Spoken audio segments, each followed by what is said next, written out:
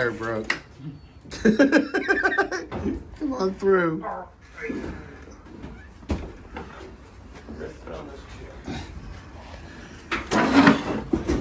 Need to rest it? Come on through. You got it.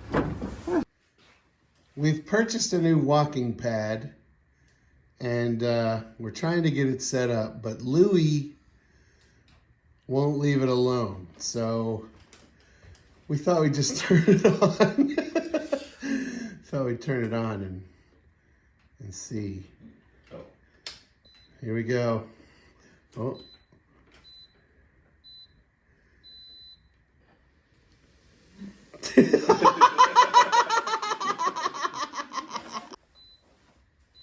Here goes Julius. Oh, he's treadmilling. Almost. I'm trying. Sam?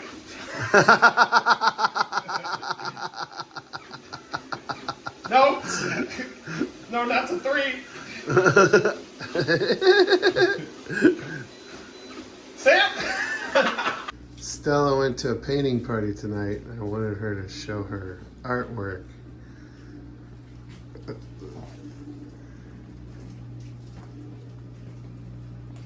I really relate to this guy. He's determined.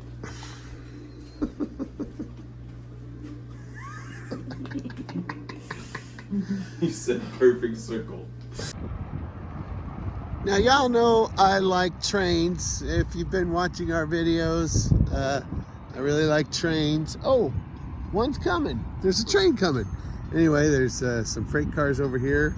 We're right alongside these tracks that lead back to the back of Ceviche. I think that's how you say it. Olive oil. I wonder if those are tanks of olive oil back here. Anyway, this is a local olive oil place. Oh, here comes an engine. We're gonna get that engine. There it is. Coming through. This is not too far from my house. We hear these trains all night long. And a lot of people are like, oh, how do you stand that? I love it. I just love it. There they go. Big diesel engine there. Anyway, so yeah, right along the tracks here, close to my home, is Ceviche olive oil. And now I'm not much of a beer drinker. I've been known to imbibe. But there's a tap room over here that they've opened up. The Ceviche family has opened up track 424 tap room, and look right here, there's the 424 track 424 brewery. They've got their olive oil, and now they have a little brewery. Look up there, it says all aboard. I've been meeting together with some friends lately at different breweries. I'm not, again, much of a drinker, but I do enjoy the brewery vibe. Oh look, here's olive trees. So here's some olive trees right next to track 424 brewery. They usually have games, some good food, and hopefully Coke Zero. Tell me your name again. My name's Craig. Craig. Yep. Craig, you are the proprietor of track 424? I'm a production brewer, but I'm the brewer that helped to get it off the ground, yeah. Okay, all right. So you're gonna explain to us the brewing process? Sure. All right, excellent. So to oversimplify things, you start off over here. This is our mash tun, and this is the first time that water comes in contact with grain. Okay. So what you need to do, grain has starches in it, but those starches can be converted to sugar, which is what yeast need to be able to eat and then create alcohol. So you start boiling here. The longer you boil the hops, the more bitter the beer becomes. So the earlier you add them, and the more you add, the more bitter a beer you'll make. After this, it comes through, it chills, and it gets pumped into a fermenter, which is what we've got going over here. So you got stuff fermenting right now? Yes, right? So we did a brew today. This is 7 barrels in here. That's going to be approximately 220, 230 gallons of beer. The yeast is going to eat the sugar that we made in the mash tun, and that sugar is going to feed the yeast, and it is literally going to fart alcohol. Which is what's happening here. We're So seeing the here, farts. Yes, these are yeast farts. Well, they're having a good time in there. So, this is probably going to take, my guess would be about 5 days to ferment. So I've just learned that I've been pronouncing this family's name wrong. How do you say it? Shabika. Shabika. I've been saying Sabicha. Sabicha, we get skiabikas, we get skiabicas. In your phone, it's liable to change it when you type it into sciatica, but it's Shabika. So look, this room where they brew the Track 424 beer used to be a place where A&W root beer was made. Well, you're keeping the brewing alive. That's right. Now we're That's just really adding cool. some alcohol. Amazing. So cool. Thank you. Thank you. The dryer's back. After a day. Only took a day. Okay, we're back. Cat's out of the way. Oh, we need to go there. They're both standing. So we're having a little cleanup day at Hope Commons. We've got this Golden Gate Bridge here, and we're just rolling around with it. Just rolling around with the Golden Gate Bridge. We're just three cool guys. Oh, uh-oh. How many bridges do we have? I think it's the last one. That's a bridge too far. Little baggy, but it's okay. I think it works. Yeah. You ready I keep my to? hands like this the whole time. So our mystery bunny is ready to make his way. So you're gonna do a little meet and greet with the kids. Josh, you want to be his handler? I can. Yeah. Okay, so basically a handler interprets for the bunny. Like when he makes a motion, you sort of say what he means. Yeah. And then, organize for pictures and stuff. Over by the, did you see where the, No. okay. All right, I'll lead you over there. Come on out. Here comes Peter Cottontail, hopping down the bunny trail. Hippity hoppity, Easter's on his way. Well, would you look who it is? It's the Easter Bunny. How are you today, Easter Bunny? Have you been doing? Are you excited for Easter? Are you ready? He's ready. You got all the eggs packed and everything's ready to go?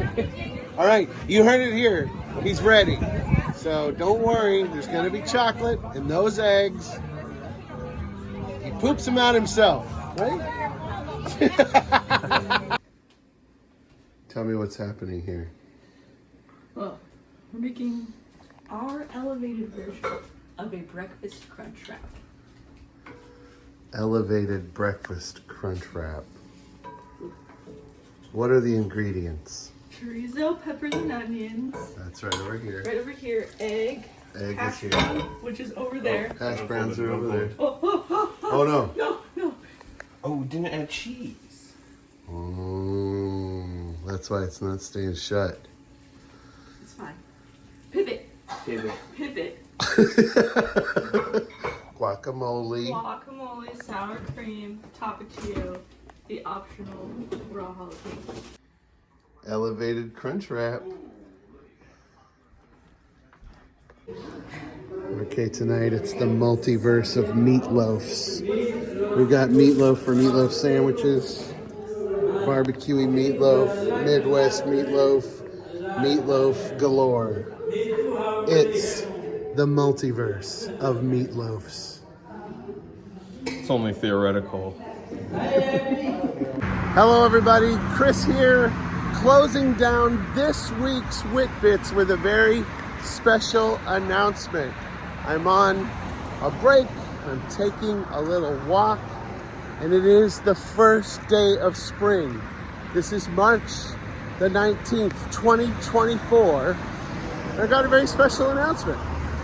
Coming up in 59 days, 59 days, on May 17th, the roller coaster, the Giant Dipper, at the Santa Cruz Beach Boardwalk turns 100 years old.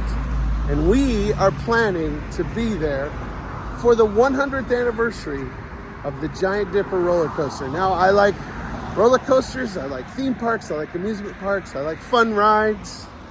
My very favorite kind of roller coaster is the wooden roller coaster, the old style wooden roller coaster. And this is a classic one. It's 100 years old.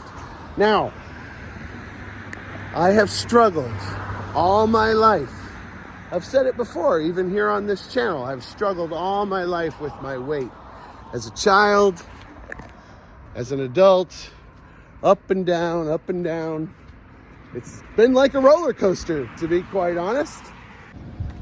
A lot of us make new resolutions in the new year. I read an article this year that said new resolutions are difficult to make for New Year's Day because it's sort of just an arbitrary date and it's in the dead middle of winter. Perhaps a better time, suggested this article, to make a change in your life is in spring. So the first day of spring is another kind of New Year's Day where maybe we can drop off the old leaves of winter in order to grow something new. And that's what I'm about right now. Here on this first day of spring, I'm looking to once again implement some changes and fight the good fight for my health. And I've set myself a goal. So here's what's going on. The Giant Dipper being a classic roller coaster that I have never ridden. And the reason I've never been on the Giant Dipper is because I have never fit. I've done the walk of shame. I bought my ticket. I waited in line. I went up to the roller coaster. I didn't fit. In front of the whole line, I had to get off and walk the walk of shame for not fitting on the Giant Dipper. So, in 59 days, my goal is to fit on the Giant Dipper for its 100th anniversary at the Santa Cruz Beach Boardwalk. I have set a reminder on my phone that pops up each morning that just says Giant Dipper. That's my motivation, to pursue health, to pursue new ways of being me, to get stronger, and to go for it. So I'm going for it. So you can cheer me on. I might post some updates here on the Wednesday Whitbits. But that's what's going on. I don't have a number goal. I don't have a pounds goal. I don't have any goal except for I'm wanting to fit on that Giant Dipper. So you can follow along and see if I do it. Just along the walking path here, I have come across a chicken. Hi, chicken. I really do love chicken. But I digress. I've shown you the chicken, I've made the announcements, and now it's time to show the cats.